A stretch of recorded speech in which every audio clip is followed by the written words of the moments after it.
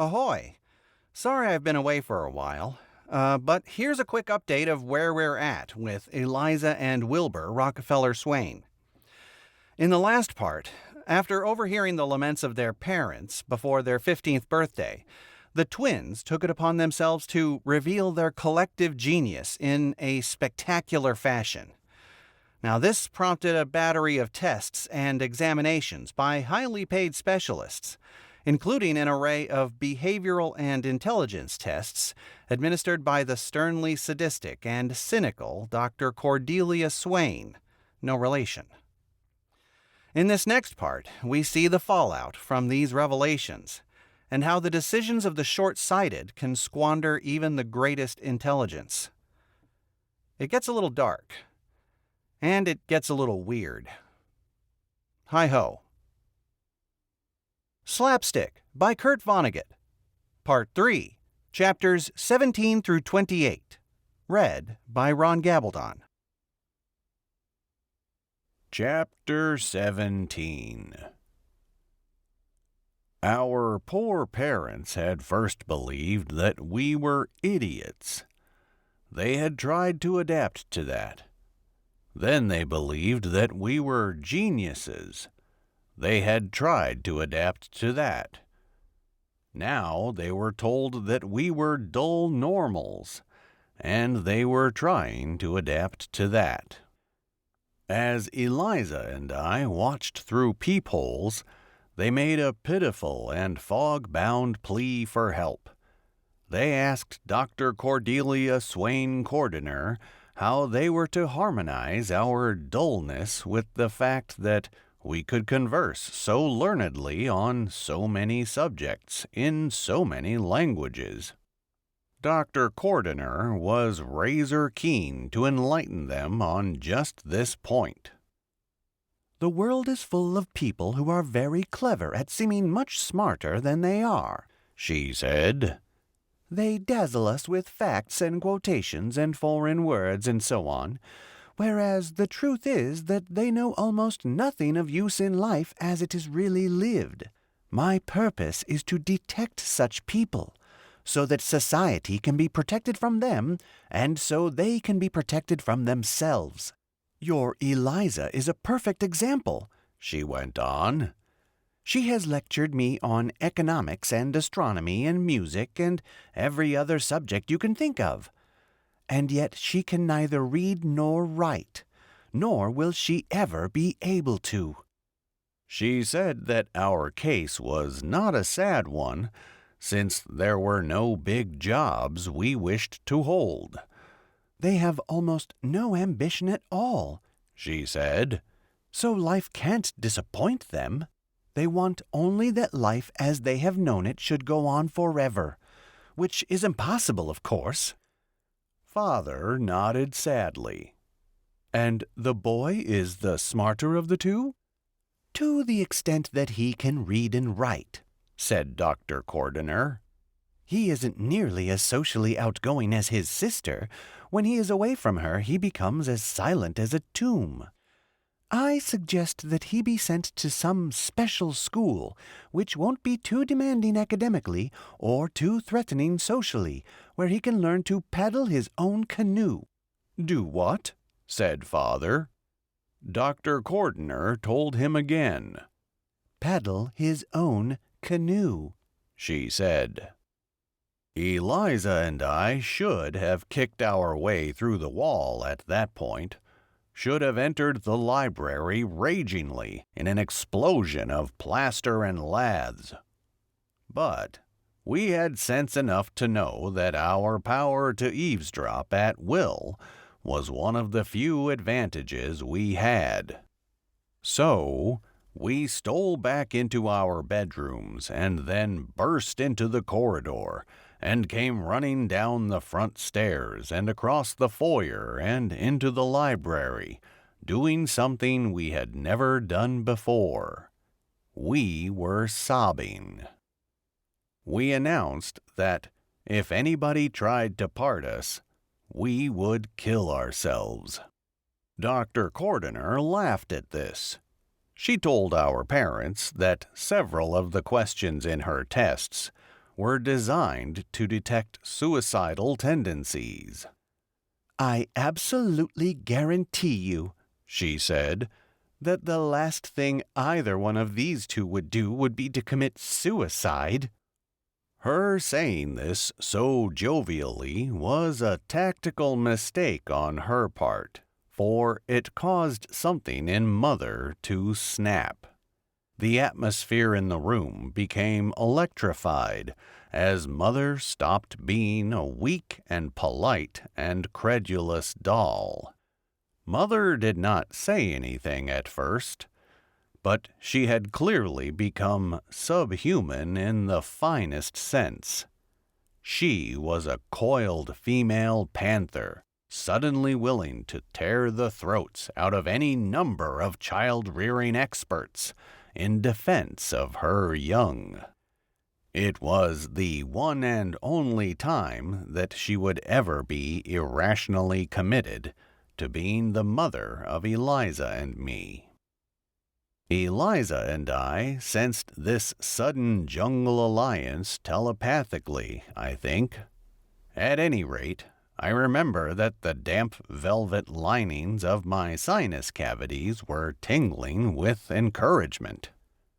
We left off our crying, which we were no good at doing anyway.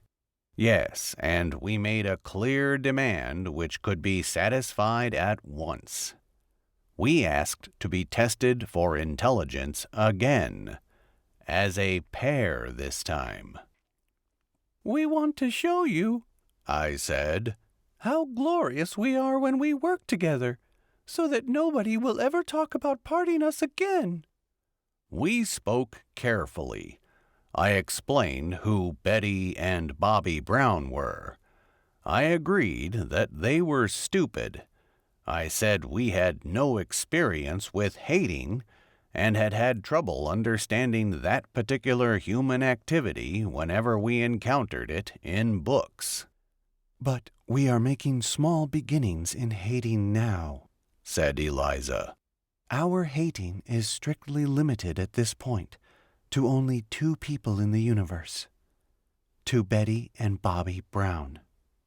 Dr. Cordiner, as it turned out, was a coward, among other things. Like so many cowards, she chose to go on bullying at the worst possible time. She jeered at Eliza's and my request. What kind of a world do you think this is? She said, and so on. So Mother got up and went over to her, not touching her, and not looking her in the eyes either.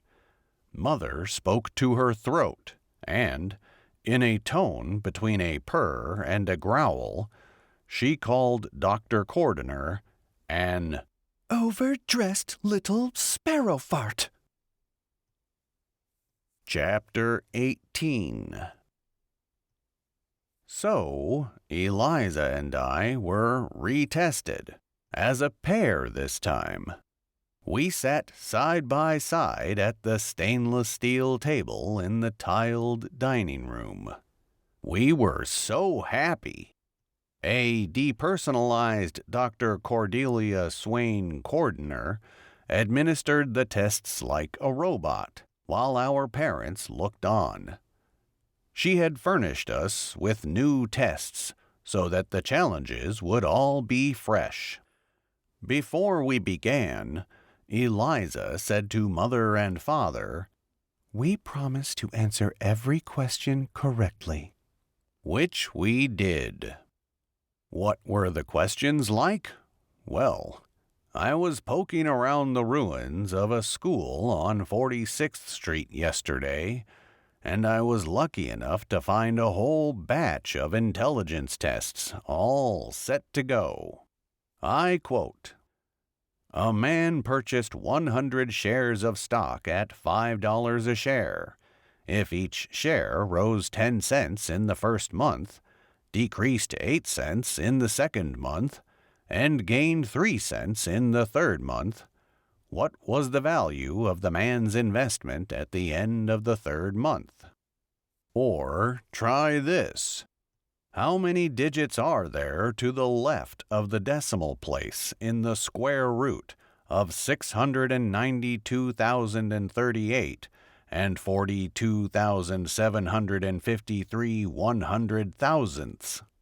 Or this: a yellow tulip viewed through a piece of blue glass looks what color? Or this: why does the Little Dipper appear to turn about the North Star once a day? Or this: astronomy is to geology as steeplejack is to what? And so on. Hi-ho. We made good on Eliza's promise of perfection, as I have said.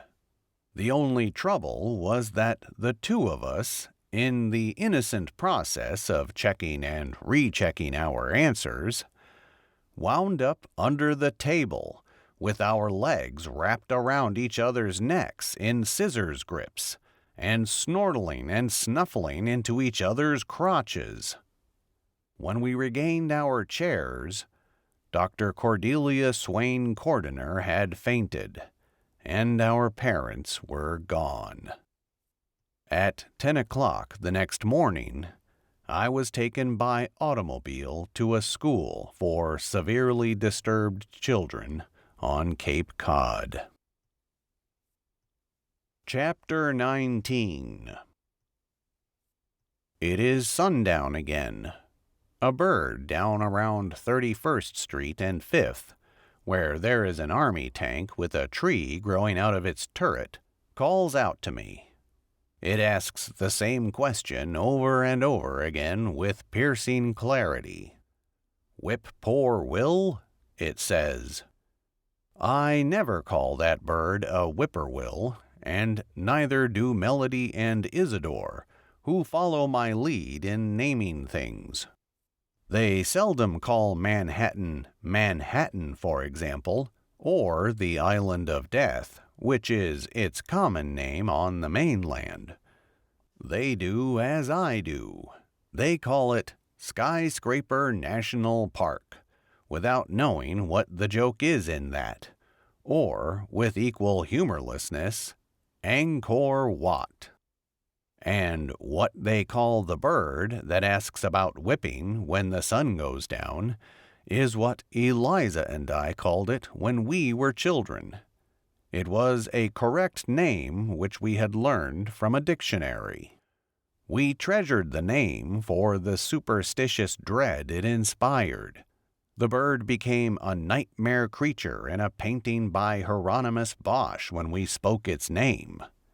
And whenever we heard its cry, we spoke its name simultaneously. It was almost the only occasion on which we would speak simultaneously. The cry of the nocturnal goatsucker, we would say. And now I hear Melody and Isidore saying that too in a part of the lobby where I cannot see them.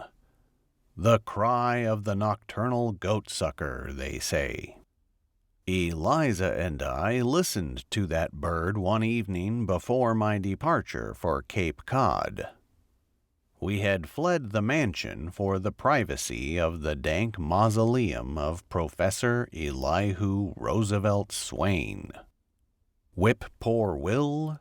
came the question, from somewhere out under the apple trees. Even when we put our heads together, we could think of little to say. I have heard that condemned prisoners often think of themselves as dead people long before they die.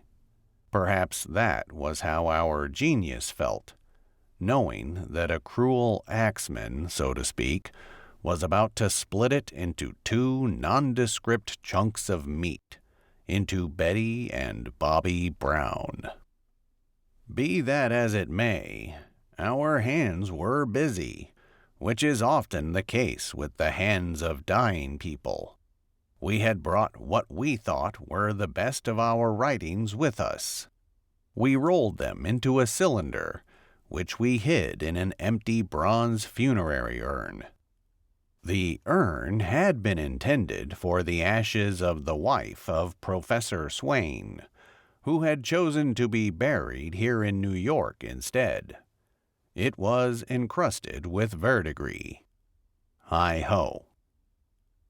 What was on the papers? A method for squaring circles, I remember, and a utopian scheme for creating artificial extended families in America by issuing everyone a new middle name. All persons with the same middle name would be relatives.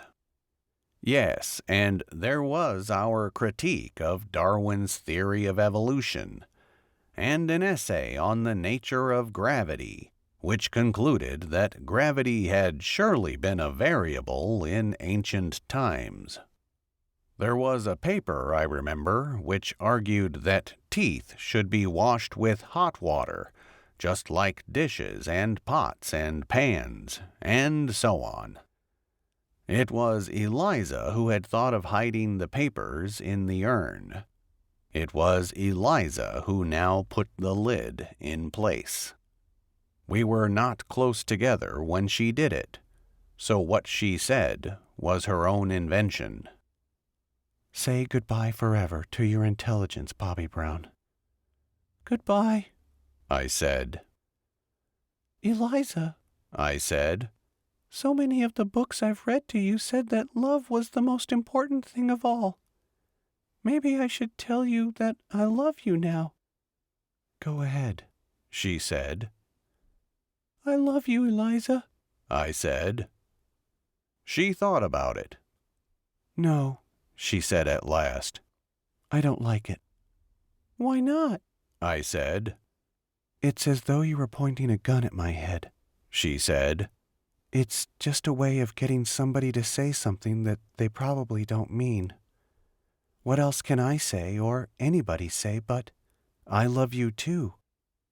You don't love me? I said. What could anybody love about Bobby Brown? She said. Somewhere outside, out under the apple trees, the nocturnal goatsucker asked his question again. Chapter 20. Eliza did not come down to breakfast the next morning. She remained in her room until I was gone. Our parents came along with me in their chauffeur-driven Mercedes limousine. I was their child with a future. I could read and write. And, even as we rolled through the lovely countryside, my forgettery set to work. It was a protective mechanism against unbearable grief, one which I, as a pediatrician, am persuaded all children have. Somewhere behind me, it seemed, was a twin sister who was not nearly as smart as I was. She had a name. Her name was Eliza Mellon Swain. Yes, and the school year was so structured that none of us ever had to go home. I went to England and France and Germany and Italy and Greece. I went to summer camp. And it was determined that, while I was surely no genius, and was incapable of originality, that I had a better-than-average mind. I was patient and orderly, and could sort out good ideas from heaps of balderdash. I was the first child in the history of the school to take college boards. I did so well that I was invited to come to Harvard. I accepted the invitation, although my voice had yet to change. And I would now and then be reminded by my parents, who became very proud of me, that somewhere I had a twin sister who was little more than a human vegetable. She was in an expensive institution for people of her sort. She was only a name. father was killed in an automobile accident during my first year in medical school. He had thought enough of me to name me an executor of his will. And I was visited in Boston soon after that by a fat and shifty-eyed attorney named Norman Mushari, Jr.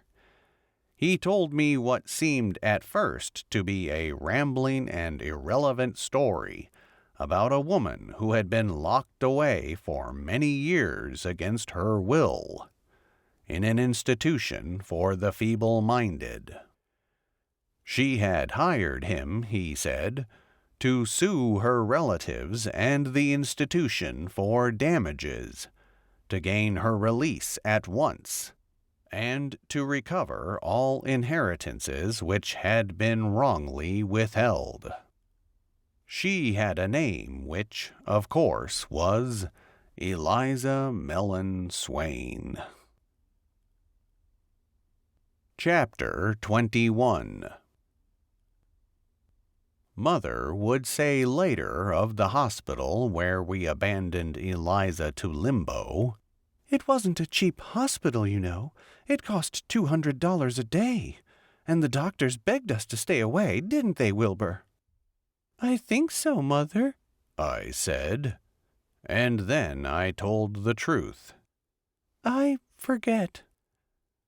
I was then not only a stupid Bobby Brown, but a conceited one.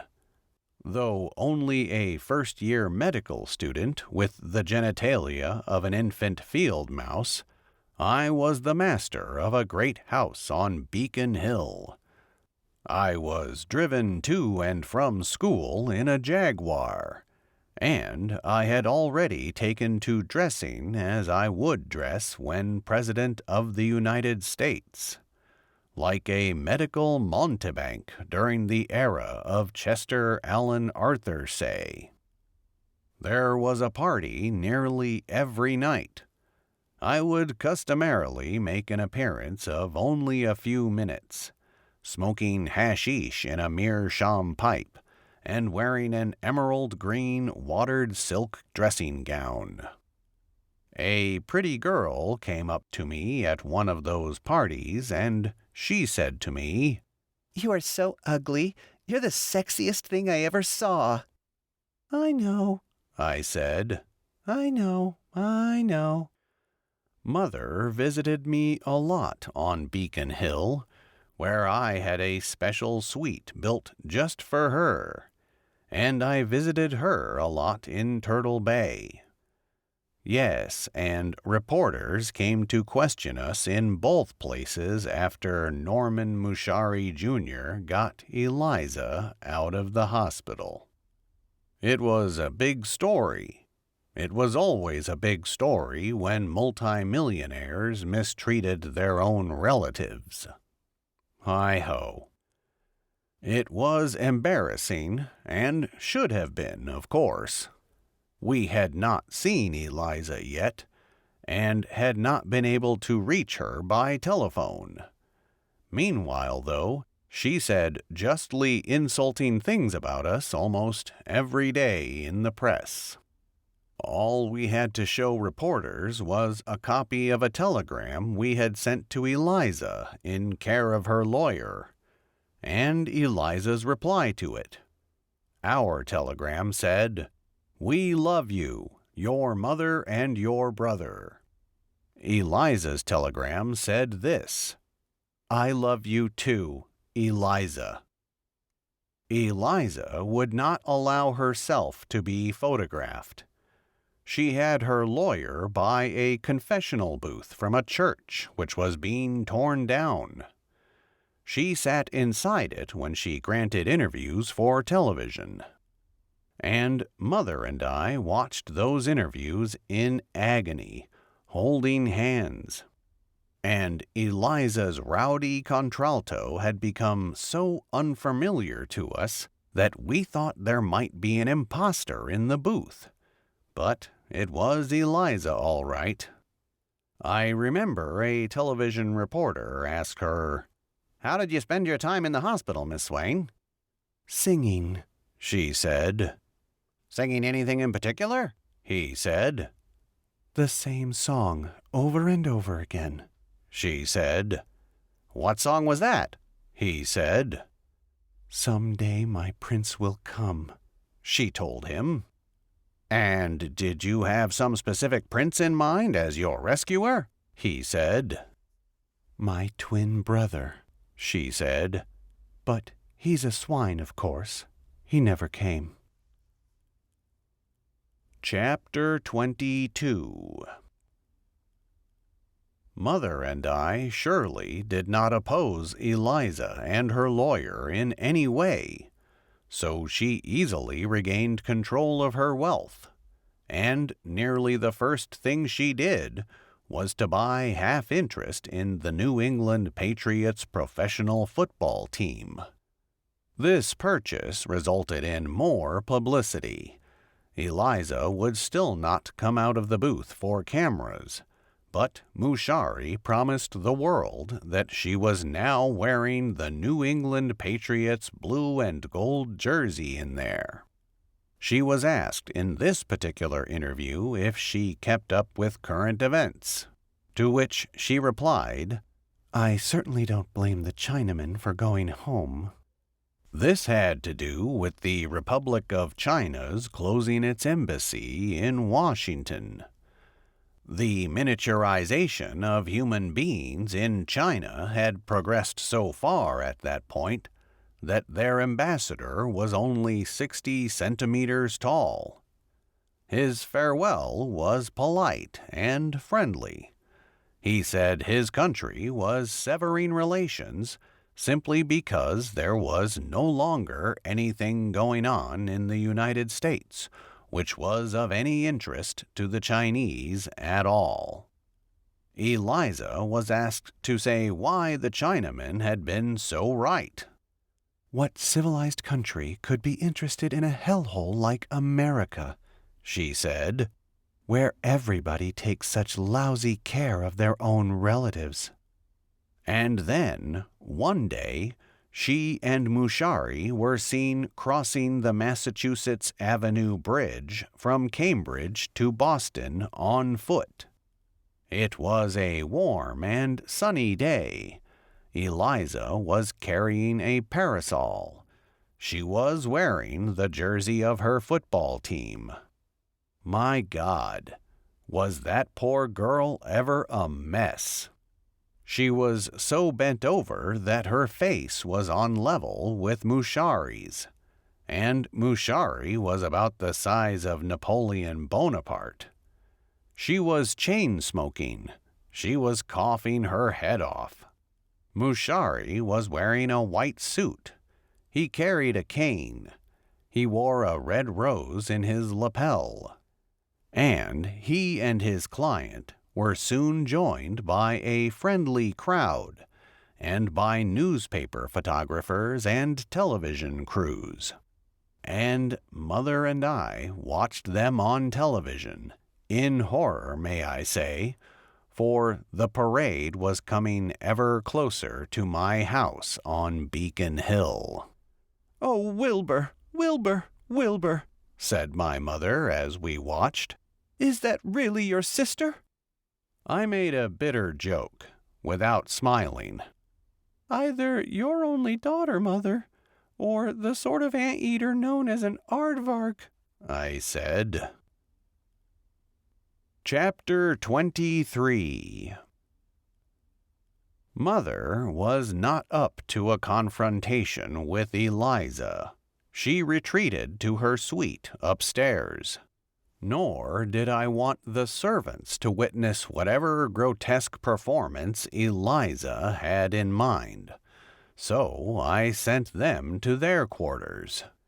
When the doorbell rang, I myself answered the door.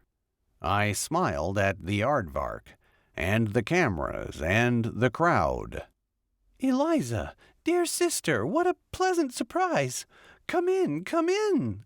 I said. For form's sake, I made a tentative gesture as though I might touch her. She drew back. You touch me, Lord Fauntleroy, and I'll bite you, and you'll die of rabies, she said. Policemen kept the crowd from following Eliza and Mushari into the house, and I closed the drapes on the windows so no one could see in. When I was sure we had privacy, I said to her bleakly, "What brings you here?" "Lust for your perfect body, Wilbur," she said. She coughed and laughed. "Is dear Mater here? Or dear Pater?" She corrected herself. "Oh, dear. Dear Pater is dead, isn't he? Or is it dear Mater? It's so hard to tell." "Mother is in Turtle Bay, Eliza," I lied. Inwardly, I was swooning with sorrow and loathing and guilt. I estimated that her crushed rib cage had the capacity of a box of kitchen matches. The room was beginning to smell like a distillery. Eliza had a problem with alcohol as well. Her skin was bad. She had a complexion like our great-grandmother's steamer trunk. Turtle Bay, she mused. "Did it ever occur to you, dear brother, that dear father was not our father at all?" "What do you mean?" I said. "Perhaps Mother stole from the bed and out of the house on a moonlit night," she said, "and mated with a giant sea turtle in Turtle Bay." Hi-ho. "Eliza," I said, "if we're going to discuss family matters, perhaps Mr. Mushari should leave us alone." "Why?" she said. "Normie is the only family I have." Now, I said. "That overdressed sparrow fart of a mother of yours is surely no relative of mine," she said. Now, I said. "And you don't consider yourself a relative of mine, do you?" she said. "What can I say?" I said. "That's why we're visiting you, to hear all the wonderful things you have to say," she said. "You were always the brainy one. I was just some kind of tumor that had to be removed from your side." "I never said that," I said. "Other people said it, and you believed them," she said. "That's worse. You're a fascist, Wilbur. That's what you are." "That's absurd," I said. "Fascists are inferior people who believe it when somebody tells them they're superior," she said. Now, I said. "Then they want everybody else to die," she said. "This is getting us nowhere," I said. "I'm used to getting nowhere," she said. "as you may have read in the papers and seen on television." "Eliza," I said.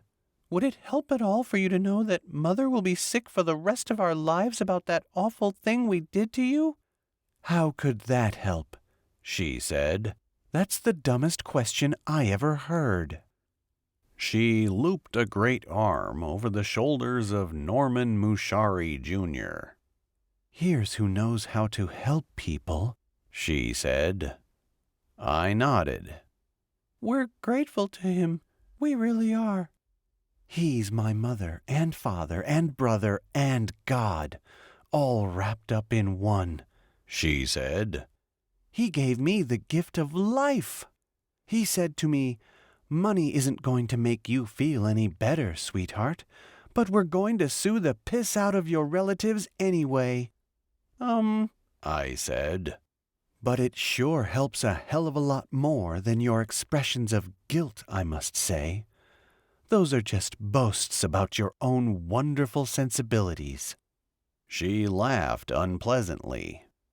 "But I can see where you and Mother might want to boast about your guilt. After all, it's the only thing you two monkeys ever earned." Hi-ho. Chapter 24. I assumed that Eliza had now assaulted my self-respect with every weapon she had. I had somehow survived.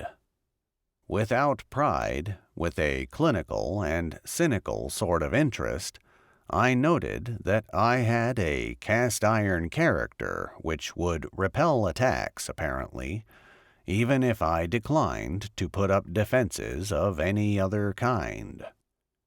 How wrong I was about Eliza's having expended her fury.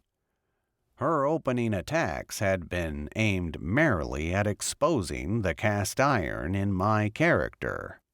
She had merely sent out light patrols to cut down the trees and shrubs in front of my character, to strip it of its vines, so to speak. And now, without my realizing it, the shell of my character stood before her concealed howitzers at nearly point-blank range, as naked and brittle as a Franklin stove. Hi-ho. There was a lull. Eliza prowled about my living room, looking at my books, which she couldn't read, of course. Then she returned to me, and she cocked her head, and she said, "People get into Harvard Medical School because they can read and write?" "I worked very hard, Eliza," I said. "It wasn't easy for me. It isn't easy now." "If Bobby Brown becomes a doctor," she said, "that will be the strongest argument I ever heard for the Christian Scientists." "I will not be the best doctor there ever was," I said. "I won't be the worst either." "You might be a very good man with a gong," she said. She was alluding to recent rumors that the Chinese had had remarkable successes in treating breast cancer with the music of ancient gongs. "You look like a man," she said, "who could hit a gong almost every time." "Thank you," I said. "Touch me," she said. "Pardon me?" I said. "I'm your own flesh. I'm your sister. Touch me," she said. "Yes, of course," I said, but my arms seemed queerly paralyzed. "Take your time," she said. "Well," I said, "since you hate me so—" "I hate Bobby Brown," she said. "Since you hate Bobby Brown," I said. "And Betty Brown," she said. "That was so long ago," I said. "Touch me," she said. "Oh, Christ, Eliza," I said. My arms still wouldn't move. "I'll touch you," she said. "Whatever you say," I said. I was scared stiff. "You don't have a heart condition, do you, Wilbur?" she said. "No," I said. "If I touch you, you promise you won't die?" "Yes," I said. "Maybe I'll die," she said. "I hope not," I said. "Just because I act like I know what's going to happen," she said, "doesn't mean I know what's going to happen. Maybe nothing will happen." "Maybe," I said. "I've never seen you so frightened," she said. "I'm human," I said. "You want to tell Normie what you're scared about?" she said. "No," I said. Eliza, with her fingertips almost brushing my cheek, quoted from a dirty joke Withers Witherspoon had told another servant when we were children. We had heard it through a wall. The joke had to do with a woman who was wildly responsive during sexual intercourse. In the joke, the woman warned a stranger who was beginning to make love to her. Eliza passed on the sultry warning to me. "Keep your hat on, Buster. We may wind up miles from here." Then She touched me. We became a single genius again. Chapter 25. We went berserk. It was only by the grace of God that we did not tumble out of the house and into the crowd on Beacon Street. Some parts of us, of which I had not been at all aware, of which Eliza had been excruciatingly aware, had been planning a reunion for a long, long time. I could no longer tell where I stopped and Eliza began, or where Eliza and I stopped and the universe began. It was gorgeous, and it was horrible. Yes, and let this be a measure of the quantity of energy involved. The orgy went on for 5 whole nights and days. Eliza and I slept for 3 days after that. When I at last woke up, I found myself in my own bed. I was being fed intravenously. Eliza, as I later found out, had been taken to her home in a private ambulance. As for why nobody broke us up or summoned help, Eliza and I captured Norman Mushari Jr. and poor mother and the servants, one by one. I have no memory of doing this. We tied them to wooden chairs and gagged them, apparently, and set them neatly around the dining room table. We gave them food and water, thank heavens, or we would have been murderers. We would not let them go to the toilet, however, and fed them nothing but peanut butter and jelly sandwiches. I apparently left the house several times to get more bread and jelly and peanut butter. And then the orgy would begin again. I remember reading out loud to Eliza from books on pediatrics and child psychology and sociology and anthropology and so on. I had never thrown away any book from any course I had taken. I remember writhing embraces which alternated with periods of my sitting at my typewriter, with Eliza beside me. I was typing something with superhuman speed. Hi-ho. When I came out of my coma, Mushari and my own lawyers had already paid my servants handsomely for the agony they had suffered at the dinner table, and for their silence as to the dreadful things they had seen. Mother had been released from Massachusetts General Hospital and was back in bed in Turtle Bay. Physically, I had suffered from exhaustion and nothing more. When I was allowed to rise, however, I was so damaged psychologically that I expected to find everything unfamiliar. If gravity had become variable on that day, as it in fact did many years later, if I had had to crawl about my house on my hands and knees, as I often do now, I would have thought it a highly appropriate response by the universe to all I had been through. But little had changed. The house was tidy. The books were back in their shelves. A broken thermostat had been replaced. 3 dining room chairs had been sent out for repairs. The dining room carpet was somewhat piebald, pale spots indicating where stains had been removed. The one proof that something extraordinary had happened was itself a paradigm of tidiness.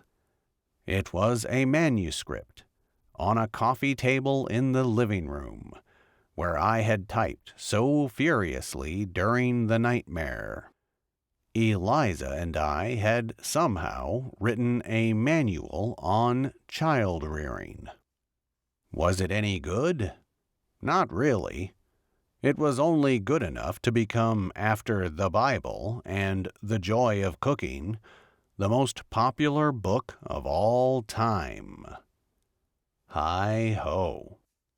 I found it so helpful when I began to practice pediatrics in Vermont that I had it published under a pseudonym, Dr. Eli W. Rockmell, M.D., a sort of garbling of Eliza's and my names. The publisher thought up the title, which was, So You Went and Had a Baby. During our orgy, though, Eliza and I gave the manuscript a very different title and sort of authorship, which was this: The Cry of the Nocturnal Goatsucker, by Betty and Bobby Brown. Chapter 26. After the orgy, mutual terror kept us apart. I was told by our go-between, Norman Mushari Jr., that Eliza was even more shattered by the orgy than I had been. I almost had to put her away again, he said, for good cause this time. Machu Picchu, the old Inca capital on the roof of the Andes in Peru, was then becoming a haven for rich people and their parasites, people fleeing social reforms and economic declines, not just in America, but in all parts of the world. There were even some full-sized Chinese there, who had declined to let their children be miniaturized. And Eliza moved into a condominium down there to be as far away as possible from me. When Mushari came to my house to tell me about Eliza's prospective move to Peru, a week after the orgy, he confessed that he himself had become severely disoriented while tied to a dining room chair. "You looked more and more like Frankenstein's monsters to me," he said. "I became convinced that there was a switch somewhere in the house that controlled you. I even figured out where the switch was. The minute I untied myself, I ran to it and tore it out by its roots."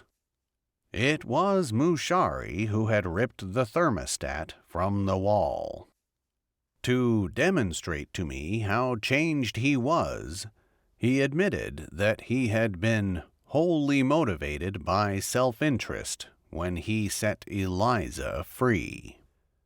"I was a bounty hunter," he said, "finding rich people in mental hospitals who didn't belong there, and setting them free. I left the poor to rot in their dungeons." "It was a useful service all the same," I said. "Christ, I don't think so," he said. "Practically every sane person I ever got out of a hospital went insane almost immediately afterwards. Suddenly I feel old," he said. "I can't take that anymore." Hi-ho. Mushari was so shaken by the orgy, in fact, that he turned Eliza's medical and financial affairs over to the same people that Mother and I used. He came to my attention only once more, 2 years later, about the time I graduated from medical school. At the bottom of my class, by the way, he had patented an invention of his own. There was a photograph of him and a description of his patent on the business page in the New York Times. There was a national mania for tap dancing at the time. Mushari had invented taps which could be glued to the soles of shoes, and then peeled off again. A person could carry the taps in little plastic bags in a pocket or purse, according to Mushari, and put them on only when it was time to tap dance. Chapter 27. I never saw Eliza's face again after the orgy. I heard her voice only twice more, once when I graduated from medical school, and again when I was President of the United States of America, and she had been dead a long, long time. Hi-ho. When Mother planned a graduation party for me at the Ritz in Boston, across from the public gardens, she and I never dreamed that Eliza would somehow hear of it, and would come all the way from Peru. My twin never wrote or telephoned. Rumors about her were as vague as those coming from China. She was drinking too much, we had heard. She had taken up golf. I was having a wonderful time at my party when a bellboy came to tell me I was wanted outside, not just in the lobby, but in the balmy moonlit night outdoors. Eliza was the farthest thing from my mind. My guess, as I followed the bellboy, was that there was a Rolls-Royce from my mother parked outside. I was reassured by the servile manner and uniform of my guide. I was also giddy with champagne. I did not hesitate to follow as he led me across Arlington Street, and then into the enchanted forest, into the public gardens on the other side. He was a fraud. He was not a bellboy at all. Deeper and deeper we went into the trees, and in every clearing we came to, I expected to see my Rolls-Royce. But he brought me to a statue instead. It depicted an old-fashioned doctor, dressed pretty much as it amused me to dress. He was melancholy but proud. He held a sleeping youth in his arms. As the inscription in the moonlight told me, this was a monument to the first use of anesthetics in surgery in the United States, which took place in Boston. I had been aware of a clattering whir somewhere in the city over Commonwealth Avenue, perhaps, but I had not identified it as a hovering helicopter. But now the bogus bellhop, who was really an Inca servant of Eliza's, fired a magnesium flare into the air. Everything touched by that unnatural dazzle became statuary, lifeless and exemplary, and weighing tons. The helicopter materialized directly over us, itself made allegorical, transformed into a terrible mechanical angel by the glare of the flare. Eliza was up there with a bullhorn. It seemed possible to me that she might shoot me from there, or hit me with a bag of excrement. She had traveled all the way from Peru to deliver one half of a Shakespearean sonnet. "Listen," she said, and then she said, "Listen," again. The flare was meanwhile dying nearby, its parachute snagged in a treetop. Here is what Eliza said to me and to the neighborhood. "Oh, how thy worth with manners may I sing, when thou art all the better part of me! What can mine own praise to mine own self bring? And what is't but mine own when I praise thee? Even for this let us divided live, and our dear love lose name of single one, that by this separation I may give that do to thee which thou deservest alone." I called up to her with my cupped hands. "Eliza," I said, and then I shouted something daring and something I genuinely felt for the first time in my life. "Eliza, I love you," I said. All was darkness now. "Did you hear me, Eliza? I said, I love you. I really love you." "I heard you," She said. "Nobody should ever say that to anybody." "I mean it," I said. "Then I will say in turn something that I really mean, my brother, my twin." "What is it?" I said. She said this: "God guide the hand and mind of Dr. Wilbur Rockefeller Swain." And then the helicopter flew away. Hi-ho. Chapter 28. I returned to the Ritz, laughing and crying.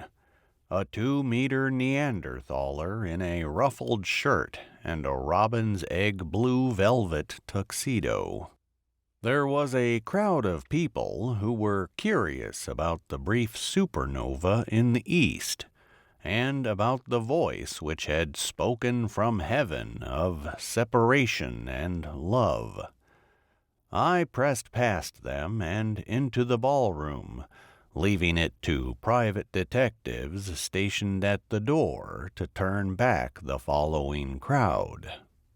The guests at my party were only now beginning to hear hints that something marvelous had happened outside.